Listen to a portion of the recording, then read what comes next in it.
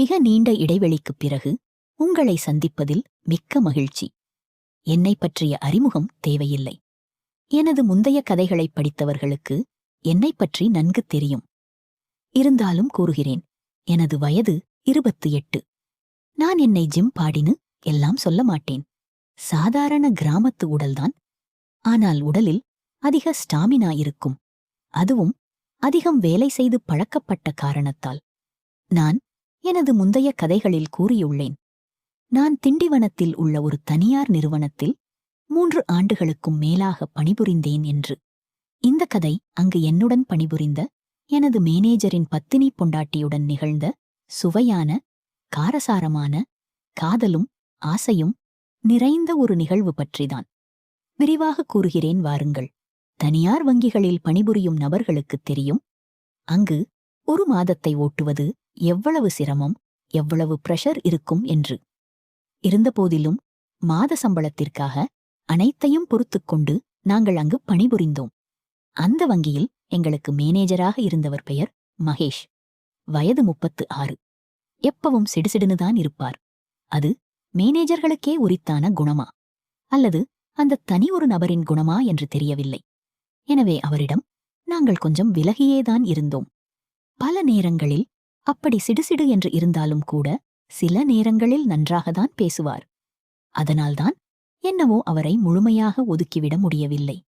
நாங்கள் பணிபுரிந்து வந்த அந்த வங்கியில் மேனேஜராக இருக்கும் அவருக்கு கீழ் என்னோடு சேர்த்து மொத்தம் 6 ஃபீல்ட் ஆபீசர்கள் இருந்தார்கள்.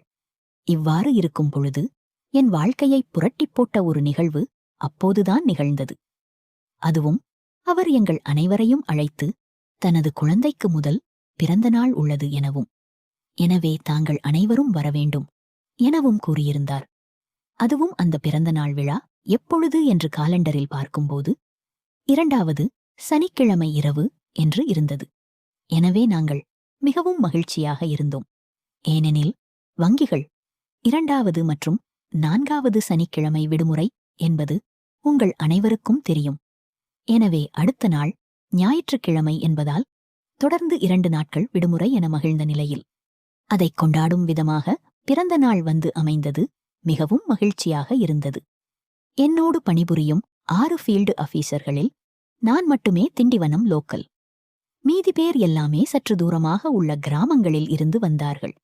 எனவே என்னை தனிப்பட்ட முறையில் அழைத்து மண்டபத்திற்கு சென்று ஒரு சில முக்கியமான வேலைகளை பார்த்து வரச் சொன்னார். நானும் முகம் சுளிக்காமல் என்னால் முடிந்த வேலைகளை செய்து வந்தேன். அவ்வாறு இருக்கும் பொழுது மதிய உணவு வீட்டில் இருந்து கொண்டு வந்து கொடுத்து என்னை சாப்பிட சொன்னார். நான் இருக்கட்டும் சார் என்று சொன்னேன். பரவாயில்லை, சாப்பிடு, சாப்பிட்டு விட்டு வேலையப் பார் என்று சொல்லி திரும்பவும் வீட்டிற்கு சென்று விட்டார். அதை சாப்பிடும்போது அந்த சாப்பாடு ரொம்ப டெஸ்டா இருந்துச்சு. அப்பதான் நினைச்சேன், இதை இவ்ளோ டெஸ்டா சமைச்ச அவரோட பொண்டாட்டி எவ்வளோ சூப்பரா இருப்பா, இல்ல சுமாரா இருப்பாளோ, இல்ல நார்மலா இருப்பாளோன்னு. சரி, எது எப்படி இருந்தா என்ன, இன்னைக்கு நைட்டு பென்ஷன் வரும்போது அவளை நேரில் பார்த்து விடலாம் என்றிருந்தேன். சாயந்திரம் 6 மணிக்கு மேல மண்டபத்துல எல்லா வேலையும் முடிச்சிட்டு வீட்டுக்குப் போய் ஃப்ரெஷ்ஷா தலை குளிச்சிட்டு மெரூன் கலரில் ஃபுல் கை சட்டையும் சாண்டல் கலர் ஃபேண்டும் போட்டுக்கொண்டு டகின் பண்ணிக்கினு சென்ட் போட்டுக்கினு சூப்பரா வந்தேன் மண்டபத்துக்கு. நான் போன அடுத்த கொஞ்ச நேரத்திலேயே மேனேஜரும் அவங்க பொண்டாட்டியும் அவங்க குழந்தையும் கார்ல ஃபேமிலியோட வந்து இறங்குனாங்க. அப்பதான் முதல் அவளை பார்த்தேன். அவளும் என்ன போலவே மெரூன் கலர்ல சாரி கட்டிக்கிட்டு லோ ஹிப்ல தலை நிறைய மல்லிகை பூ வச்சுன்னு சும்மா வேற லெவல்ல கில்மாவா வந்தா. அவ அவ்வளவு அழகா இருப்பான்னு நான் கற்பனையில கூட நினைச்சு பார்க்கல. ஏன்னா இதுக்கு முன்னாடி அவளோட போட்டோவ கூட நான் பார்த்ததில்லை. அவ வீட்டுக்கும் நான் போனதில்லை. இந்த நேரத்துல நான் அவளை பத்தி சொல்லியே தீரணும். அவ பேரு பவித்ரா, வயசு 33. கல்யாணமாகி 2.5 வருஷம்தான் ஆகுது. 5 அடி உயரம், தொப்பையில்லாத வயிறு, நல்ல கலர். நாங்க எல்லாரும் குரூப்பா இருந்து போட்டோ பிடிக்கும்போது நான் பவித்ரா பக்கத்துல நின்னேன். அப்போ அவ வச்சிருந்த மல்லிகை பூ வாசனை அவ போட்டிருந்த செண்டையும் தாண்டி தூக்கலா இருந்தது. அவளுடைய கை என் மேல படும்போது நான் அனுபவிச்ச ஃபீலிங் செமையா இருந்துச்சு. அந்த குரூப் போட்டோவ அப்படியே என் போனுல எடுத்துக்கிட்டேன். அவங்க வீட்டுக்கு போய் நைட்டு ஷிஃப்ட் எல்லாத்தையும் வச்சிட்டு என் வீட்டுக்கு போயிட்டேன். அடுத்த நாள் எனக்கு ஒரு புது எண்ணிலிருந்து கால் வந்தது. மேனேஜர் மகேஷின் மனைவி பவித்ரா என தன்னை பற்றி சொல்லி, இன்று மாலை நாங்கள் கூறும் துணிக்கடைக்கு வர சொல்லியிருந்தால் ஏன் என கேட்டதற்கு, நேற்று எங்கள் குழந்தையின் பிறந்த நாள் விழாவிற்காக நீ அதிக உதவி செய்து உள்ளாய் எனவும் அதற்கு மரியாதை செய்வதற்காகத்தான் என கூறினாள். நான் வேண்டாம் என கூறியும் அவள் கேட்காமல் என்னை கட்டாயப்படுத்தி வரச் சொன்னாள். நானும் சென்றேன்.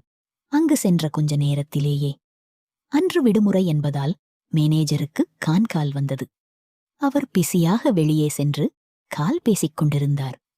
முதலில் எனக்கு துணி எடுக்க முடிவு செய்து, உனக்கு என்ன சைஸ்னு கேட்டாங்க. நான் எந்த சைஸ் மேடம்னு கேட்டேன். உன்கிட்ட அப்படி இன்னா சைஸ் இருக்குன்னு கேட்டாங்க. அப்ப அவங்கள பார்த்து பனியன்லிருந்து சட்டி சைஸ் சொல்லி என்கிட்ட இவ்ளோ சைஸ் இருக்குன்னு சொன்னேன். அது இன்னா லாஸ்டா சொன்ன 16 செமீட்டர்னு கேட்டாங்க. அது ஒண்ணுமில்ல மேடம், ஃப்ரீயா விடுங்கன்னு சொன்னேன். இப்படி நாங்க பேசும்போது அவ்வளவா கடையில கூட்டமில்லை, ஃப்ரீயாகத்தான் இருந்தது.